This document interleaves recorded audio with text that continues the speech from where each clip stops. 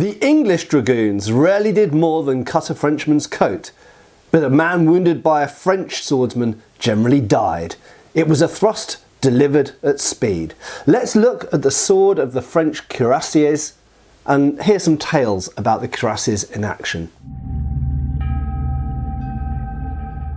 Hey folks, Matt Easton here of Schola Gladiatoria and Easton Antique Arms, and I'm going to be looking at this video in this particular sword, which is a French cuirassier's sword. I'll tell you more about the pattern, the model and the details of it as we go along. We're also going to look at a couple of accounts from the period, from the Napoleonic Wars, describing the cuirassiers in action and some of the problems that they gave English cavalry and other opponents as well.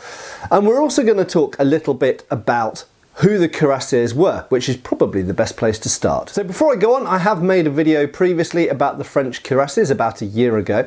So for those of you who haven't seen that yet, do check it out. But if you haven't seen it yet, very briefly, a cuirassier is someone who wears a cuirasse, or cuirasse in French, which is essentially a breastplate and usually in France a backplate as well. That is, their upper torso, or their torso, is fully plated, armoured, even up to the early 20th century, believe it or not. So right the way through the 18th and 19th centuries, the French used these cuirassiers. And in fact, cuirassiers were to be found earlier on in England. They were used in the English Civil War in the 17th century and over most of Europe as well. Cuirassiers essentially come from knights originally, you could say, but really from 17th century heavy cavalry. They survived in some places throughout the 18th century despite the introduction of widespread musketry, such that you found cuirassiers in Prussia, in France as mentioned, in Austria, in Russia and various other places as well. England, however, abandoned the use of the cuirass. They did have heavy cavalry, but they didn't use the cuirass. Now the French cuirassiers were probably the most famous of all cuirassiers, and a lot of other, for example, Prussian and Russian and Austrian cuirassiers sort of modelled themselves on the French ones. And there's one very important thing you need to know about the cuirass. It was bulletproof, that's right. So against muskets, it was actually proofed against musket shot. So while they were only wearing a breastplate, backplate and a helmet, no other armour, their arms and legs and faces therefore would be vulnerable to shrapnel and shot. Their torsos were protected against both shrapnel and, on a good day, musket fire as well. Now the other thing you need to know about the cuirassiers in France was that apart from the armour they wore, which was very distinctive, they also tended to ride fairly large horses, and they were selected most of the time for being fairly large men. So they were an elite, and they were regarded very much as an elite, and they trained as an elite. So they were very well trained on very good horses with very good armour, and they had a special sword to go along with all of that. Now, French cuirassier swords come in various different models that go from before the Napoleonic Wars. We've got a couple of models during the Napoleonic Wars. Then we have a new model comes out in 1816, just after the Battle of Waterloo, a year after the Battle of Waterloo. And then later on we have a model in the 1850s as well, where they update various aspects of the design. But fundamentally, the French cuirassier sword shares certain common features throughout that whole period, despite the small changes in design. So the most predominant feature, you can see I'm sliding back because this is a big sword for big people on big horses wearing armour.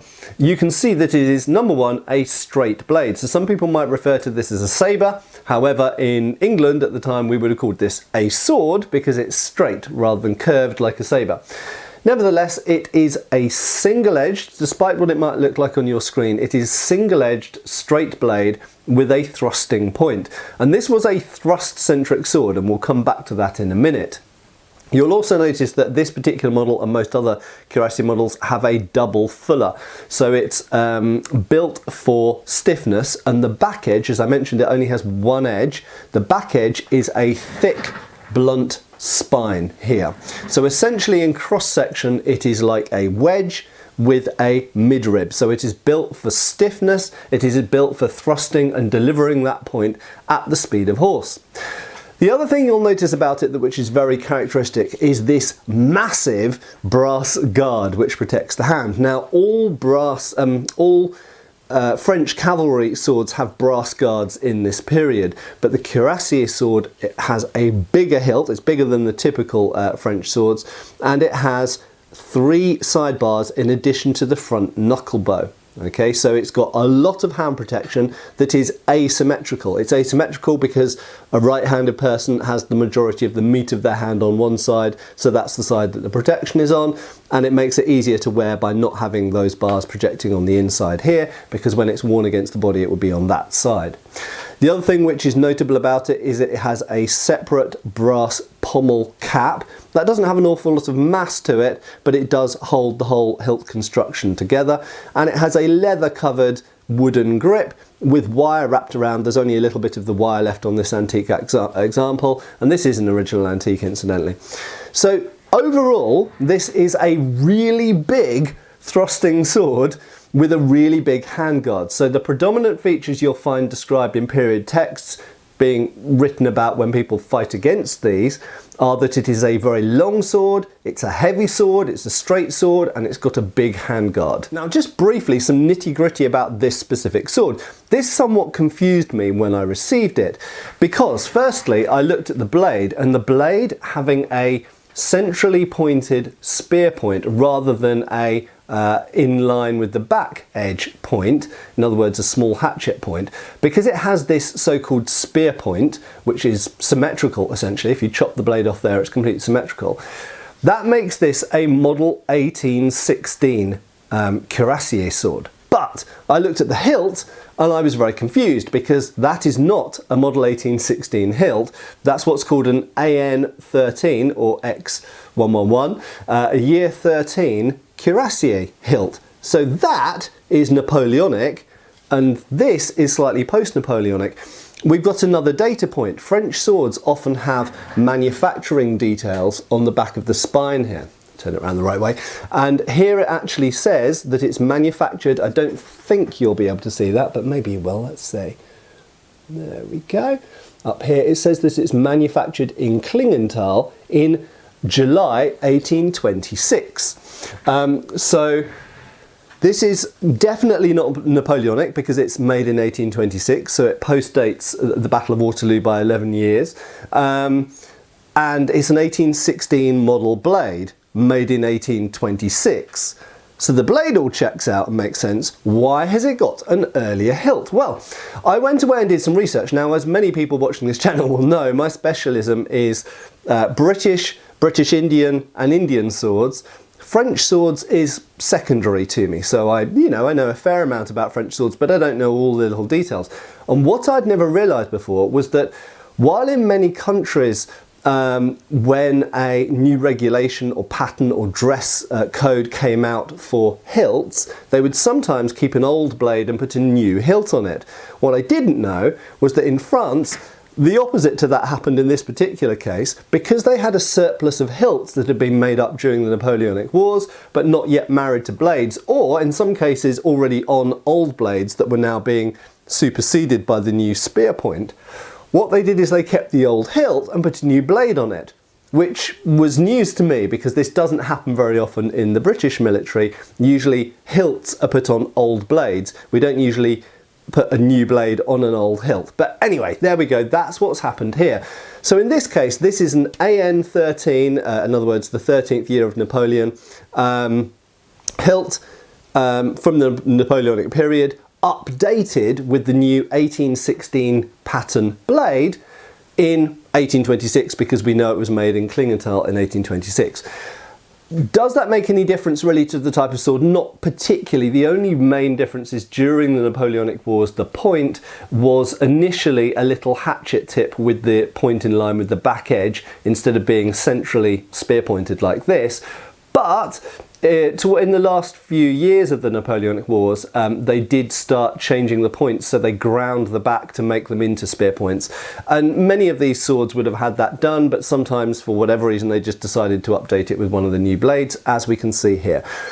Other than that, the sword didn't really change, and as we see here, we've got a Napoleonic era hilt still in use in 1826. Now, as mentioned, this is a big sword. I mean, I get to handle a lot of swords of all different types from all different periods, but this by any standards is a pretty big, pretty cumbersome sword. And bear in mind that I'm 6'1" modern male, and that's fairly large by kind of circa 1800 Napoleonic period sizes. So bear in mind that the average size of people back then was about 5'6", and I'm 6'1". This was a big sword by the standard of its day. To give you some absolute numbers, this weighs 1,350 grams, so 1.35 kilograms.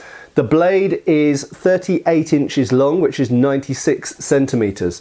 So for a cavalry cut and thrust sword, this is pretty big, and I tell you, it feels pretty big and cumbersome in the hand. If you need that visualized, I've got an officer's version of a British 1796 light cavalry sabre here, and you can see the comparative sizes both of the blade length, because we've got 33 inches compared to 38 inches, so it's a lot longer, and of course it's straight and the other one's curved. But also, if you look at the hilt and hand protection on the Cuirassier sword, it's just a much more massive construction. The grip's longer, the guard's much bigger, and if you look at it point on as well, you'll notice we've got a large, just put the British sword down for a second, we've got a large shell essentially. So if we were giving point on horseback and I'm riding forwards like this and I've got the point presented, the hand is nicely protected behind that large brass guard, and to some extent the sword arm's hidden behind it as well. So a very special design of sword, really characteristic of the French cuirassiers, and as I say, other nations such as the Prussians, the Russians and the Austrians did emulate the French to some degree, including their swords as well. Now the cuirassiers were encountered German and British and other forces in the Napoleonic Wars, and therefore we have some great accounts of how it was to fight against them and how they performed. Let's look at a few of those. So these examples can be found in D.A. Kinsley's Blades of the British Empire, which I wrote the foreword for many years ago now. And here's an example which was originally to be found in Lance Sword and Carbine by in Blackwood's magazine of 1903. And it says, Napoleon's cuirassiers were armed with long straight swords and always using the point. And that's very important. They were taught to thrust. That sword is not a good cutting sword. It's a skewering, thrusting sword. Their course was marked by swathes of dead and disabled enemies, and most continental cavalry were very loath to meet them. That might sound like hyperbole, but it is backed up absolutely by period sources. The French cuirassiers were feared and respected all over Europe. This taken from Our Cavalry of 1912 by Major General Rimington. It says, in the Peninsular War, whereas the English cavalry used the sword almost exclusively as a cutting weapon, well, in fact, certainly with the light cavalry sabre, you can't really use it as a thrusting weapon very effectively. The French dragoons, on the contrary, used only the point, which, with their straight sword, nearly always caused a fatal wound. This made the English cavalry say that the French fighting was not fair. And this taken from Man and the Gospel, 1866, by Dr. Thomas Guthrie. He says, there was a British regiment once ordered to charge a body of French cuirassiers. The trumpets sounded and away they went, boldly at them, but not to victory. They broke like a wave that launches itself against a rock. They were sacrificed to traders' fraud. Forged not of truest steel, which could human strength or the most gallant bravery do against such odds. They were slaughtered like sheep on the field, and ever since I read that tragedy, I would have thought not to go to battle unless my sword were proved. So this is talking about the failure of bending and breaking of British swords. But again, it's this implicit knowledge of French cuirassiers and what a tough opponent they were. Now, that's not to say that wearing of the armour in this period didn't come with some drawbacks, and in fact we find that in the memorable Battle of Waterloo, dated 1817, by Christopher Kelly. And he says, in close action they, referring to the French cuirassiers, were protected from the sabres of their antagonists by their armour, except when the blow fell on their neck or limbs, but the shape and weight of the cuirass necessarily impeded the motion of their arms. This is a very interesting point, because if you look at cuirasses of this period, the armholes do project quite far over and do in fact limit your movement, more so than earlier breastplates which have overlapping pauldrons on them, and rendered them far inferior to the British in their dexterous use of the sabre. I purchased a very handsome sword which belonged to a grenadier of Napoleon's Imperial Guard. It's considerably longer than any of the swords used by the British. The circumstance contributed in the first attacks to annoy Lord Wellington's troops most dreadfully. After a short pause, however, the British changed their mode of attack, and by aiming exclusively at the arms and legs of the enemy, compelled them to give way. All accounts agree in the great advantage that the French cuirassiers derived from their armour, however. The swords were 3 inches longer than any used by the Allies, and in close action, the cuts of our sabres did no execution except when they fortunately came across the neck of the enemy. The cuirass, however, was attended with one disadvantage. The wearer, in close action, cannot use his arm with perfect facility in all directions. He chiefly thrusts, but cannot cut with ease. A very interesting observation, and many of these sources I sometimes question some of the conclusions and statements that people make. This one, however, pretty much everything in it accords with my own studies and observations. But note that the cuirassier sword is not designed to cut. The edge geometry is terrible. Even if you made it very, very sharp, you'd have a very, very thick edge, and it's just not suited that. It is really a skewering and thrusting object, and as described, intended to be delivered at speed of horse. Now, invariably in this period, a lot of these discussions about French cuirassier versus English dragoon fall down to the cut versus thrust debate, and you must recognise that the argument over which is better, thrust or cut, was one that raged for a couple of 100 years in all the literature talking about swords and swordsmanship. But just for balance, here is a Frenchman's account of his experiences. This is Lieutenant Colonel D.C. Parcoin, the 20th Chasseurs à Cheval, and he says, "The English found us very dangerous with the sword. We always used the point of our sabres, whereas they used nothing but the edge of the blade, which was 3 inches wide." He's talking about the 1796 light cavalry sabre. "So it happened that out of every 20 blows that they dealt us, 19 fell flat." In other words, didn't cut. "But if the edge succeeded once, the blow was terrible, and it was not uncommon to see an arm cleanly cut from the body," and that's in the Memoir de Parcoin of 1911. So, you know, it's fascinating to see these sorts of things from the other side, but it is absolutely seems to be the case that French, regardless of whether they were using a straight sword or a curved sword, because their light cavalry did use curved swords, were taught and told by Napoleon to give point, don't chop. There's this famous quote from Napoleon which is basically thrust, don't cut. So one last account, but I have to emphasise that many of these accounts, being British accounts, are very biased and show successes against French cuirassiers, but the overwhelming underlying theme to most of these accounts is that French cuirassiers were regarded as extremely formidable opponents. But here's another one of success against a cuirassier, sort of seemingly against all odds. An encounter was witnessed at Waterloo between a cuirassier officer and a cadet attached to one of the German light dragoon regiments. The latter, the German, was retreating at speed before his antagonist. In other words, the cuirassier was chasing him. And he had his head down on his horse's neck and his sword over his own neck to protect from blows. The German, so he's running away covering himself with his sword. The German cadet was watching for his opportunity though, and on finding himself near to his friends again, suddenly pulled his horse up upon his haunches and dealt the cuirassier a blow across the face. This is a repeated theme in these accounts, is advising you to go for predominantly the face and sometimes the limbs of the cuirassier, because the helmet and the breastplate make them completely invulnerable to sword blows there. He wheeled around and engaged the cadet in single combat, who managed to strike him again on the face, so that he fell over on one side and was thereafter pierced under the arm and killed. So there we see, you know, against all odds, beating the cuirassier. But as I say, this is the last account I look at, but time and time again we see tactics and heroic stories of success over the French cuirassiers, because that was not normally what happened. And French cuirassiers, with their big swords, their big horses, their elite training and their armour, made them extremely formidable opponents. I hope this has been enjoyable to watch. Check out the links below, and I hope I'll see you back on the channel really soon. Cheers, folks.